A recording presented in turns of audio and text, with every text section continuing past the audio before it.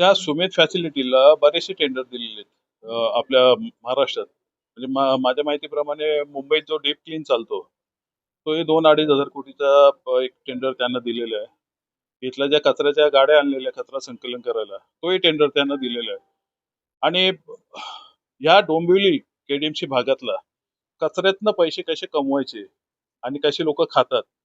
इथे अजून एक अँथोनी नावाचा ठेकेदार होता. त्यालाही माहिती आहे, तुम्हा पत्रकार लोकांनाही माहिती आहे. आणि त्यामुळे इथे तोच प्रकार आहे. जवळजवळ 10 वर्षासाठी, म्हणजे यांची उद्याची शाश्वती नाही, हे उद्या कुठे असतील. त्यांनी प्रशासक बसला म्हणून तो फायदा घेऊन 10 वर्षाचा कॉन्ट्रॅक्ट त्याला दिलेला आहे. 850-900 कोटीचा जो ठेका दिल्यानंतर वाढणार आहे.